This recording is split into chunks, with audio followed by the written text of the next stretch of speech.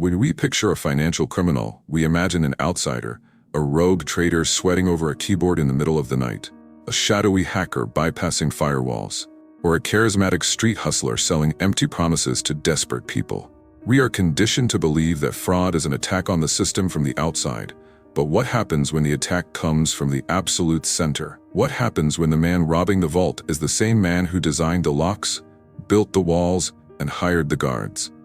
This is not a story about a con artist who fooled Wall Street. This is the story of Wall Street's most respected architect, a man who helped build the modern electronic trading system, who sat on advisory boards in Washington, and who served as the chairman of the NASDAQ stock exchange. His name was Bernie Madoff.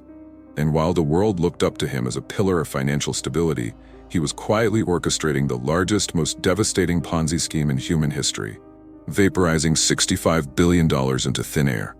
To understand how a fraud of this magnitude could survive for decades, you have to understand the psychology of the ultra-rich. Madoff did not hunt for investors, he made them hunt for him. He engineered an atmosphere of absolute, untouchable exclusivity. In the high society country clubs of Palm Beach, Florida, and the elite circles of Manhattan, access to Bernie Madoff was the ultimate status symbol. It was a velvet rope that even billionaires struggled to cross. If you approached him with millions of dollars, he wouldn't beg you to invest. He would look at his watch, act bored, and tell you his fund was closed. He would tell you that you weren't the right fit.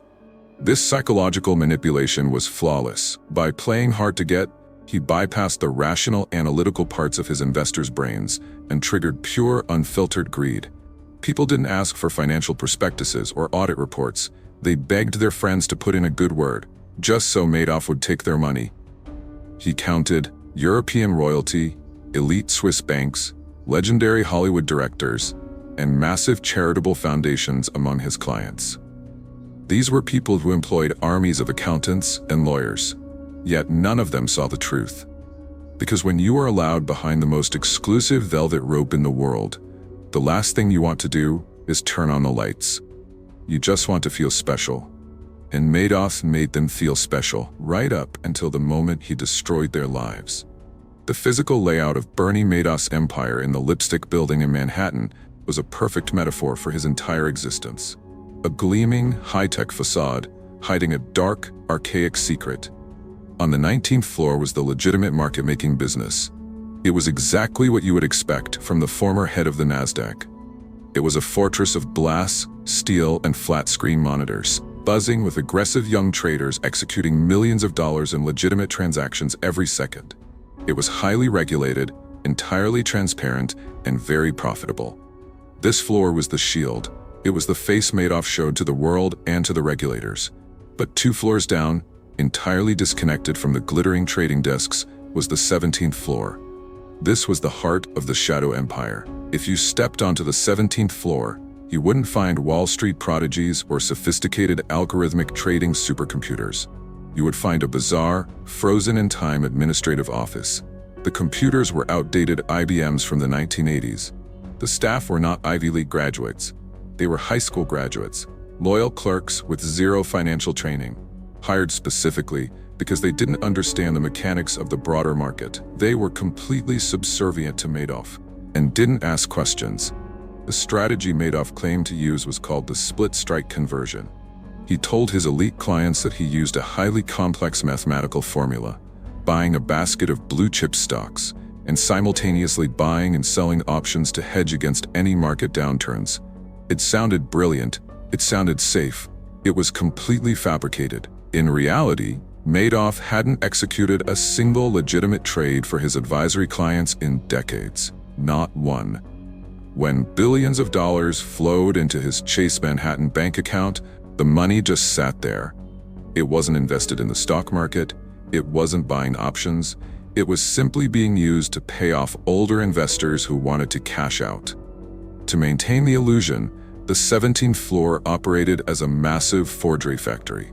Because they weren't actually trading, they had to invent the trades after the fact.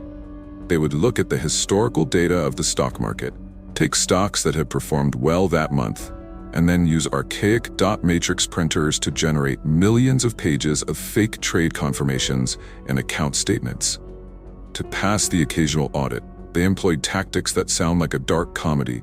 They would literally put freshly printed, forged financial records into a refrigerator so the paper would feel cold and aged when handed to the inspectors. They weren't using quantum computing to fool the global financial system. They were using scissors, glue, ancient printers, and the sheer blinding force of Bernie Madoff's reputation. If you look at the financial markets over a 30-year period, you will see a chaotic heartbeat, boom and bust. The dot-com crash, the Asian financial crisis, September 11th, markets are violent, unpredictable beasts. But if you looked at Bernie Madoff's returns, you saw a miracle. A smooth, uninterrupted line ascending at a perfect 45-degree angle. He delivered steady, relentless returns of 10 to 12% every single year, regardless of what the global economy was doing. In the world of finance, this is known as an impossibility. It was the math of God, and someone noticed. Harry Markopolos was an independent quantitative financial analyst. He didn't work for the government, and he didn't work for Madoff.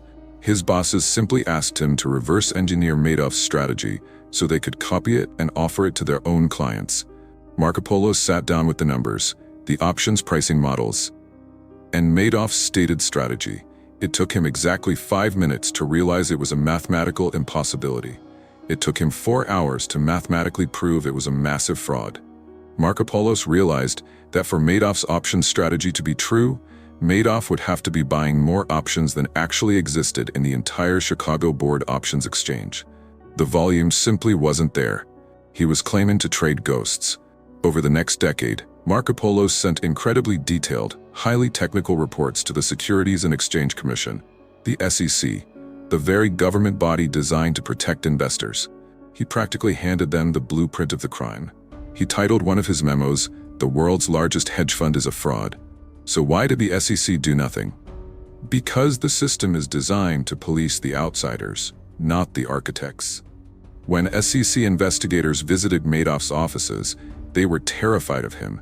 Madoff would drop the names of powerful politicians. He would belittle the junior investigators, and he would casually remind them that he helped draft the very rules they were trying to enforce. He was a titan. They were bureaucrats. The government investigators looked at the fake paper records, accepted his absurd explanations, and walked away. The establishment was so thoroughly compromised by Madoff's aura of authority that they refused to see the smoking gun pointing directly at their faces. The oversight system didn't just fail, it actively protected the predator. Every Ponzi scheme, no matter how large or sophisticated, is bound by the laws of physics. It requires a constant, ever-increasing flow of new money to pay off the old money. As long as the market is stable and people believe they are getting rich, nobody asks for their principal back. The illusion holds. But illusions shatter when the lights suddenly turn on. In the fall of 2008, the global financial system suffered a heart attack. Lehman Brothers collapsed. Credit markets froze. Panic swept through Wall Street like a virus. Across the world, hedge funds, institutions, and ultra-wealthy individuals suddenly found themselves desperately needing cash to cover their catastrophic losses. They turned to the one place they thought was perfectly safe. They turned to Bernie Madoff. Within weeks, the requests for redemption started pouring into the 17th floor. First millions, then hundreds of millions. By late November, the redemption requests hit an apocalyptic number: $7 billion. Madoff's Chase Manhattan bank account, the single pool of money he used to juggle the entire $65 billion lie, had dwindled to just a few hundred million. The math of God had finally collided with the reality of gravity. There was no new money coming in to plug the hole. The blood had stopped flowing. For decades, Madoff had lived a life of unimaginable stress, carrying a secret that could destroy the financial world, hiding it from his wife, his friends, and his clients. But the most twisted part of the lie was his family.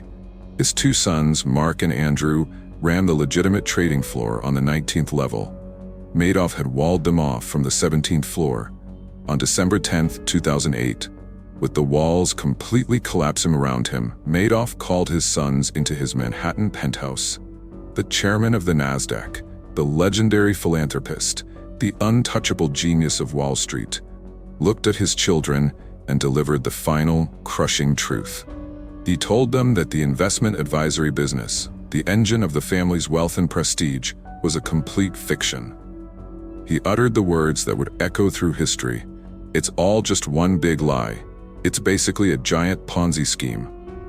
The untouchable empire hadn't been defeated by regulators or analysts or journalists. It was defeated by the sheer mathematical weight of its own deception. The next morning, the FBI arrived at Madoff's apartment. He answered the door in his pajamas. The arrest of Bernie Madoff sent a shockwave through the global economy that rivaled the collapse of the major banks. When the dust settled, the true horror of the 17th floor was finally exposed to the daylight. The $65 billion that people thought they had? It never existed. It was phantom wealth, printed on dot matrix paper and stored in a refrigerator. The actual cash losses, the real money deposited into Madoff's accounts over the decades, totaled nearly $20 billion. The human cost was devastating. Charities were wiped out overnight. Universities lost their endowments. Elderly investors who thought they were multimillionaires suddenly found themselves entirely destitute, forced to sell their homes and look for minimum wage jobs in their 80s. The betrayal was absolute. But the tragedy didn't spare the Madoff family. Exactly 2 years after his father's arrest, under the crushing weight of public hatred and suspicion, Madoff's eldest son, Mark, took his own life. The empire of lies had consumed everything it touched. Bernie Madoff was sentenced to 150 years in federal prison. He died behind bars in 2021, an old, broken man. But the legacy of his crime remains a dark, permanent stain on the fabric of modern capitalism. When we look back at the Madoff scandal, the most terrifying realization is not that one man was capable of such profound sociopathy. It is that the entire global financial apparatus, the elite banks, the sophisticated hedge funds, and the government regulators, was completely defenseless against him. They were defenseless because the entire system is not built on complex algorithms, hard assets, or rigorous oversight. It is built fundamentally on trust. We trust the numbers on our screens. We trust the men in the tailored suits. We trust the regulators to keep us safe. Bernie Madoff understood that trust is not a shield. Trust is a vulnerability. He weaponized the reputation of the establishment to orchestrate the ultimate theft. And he proved, beyond a shadow of a doubt, that in the highest echelons of power, the most dangerous criminals don't break the rules. They write them. The system isn't broken. It's just waiting for the next architect.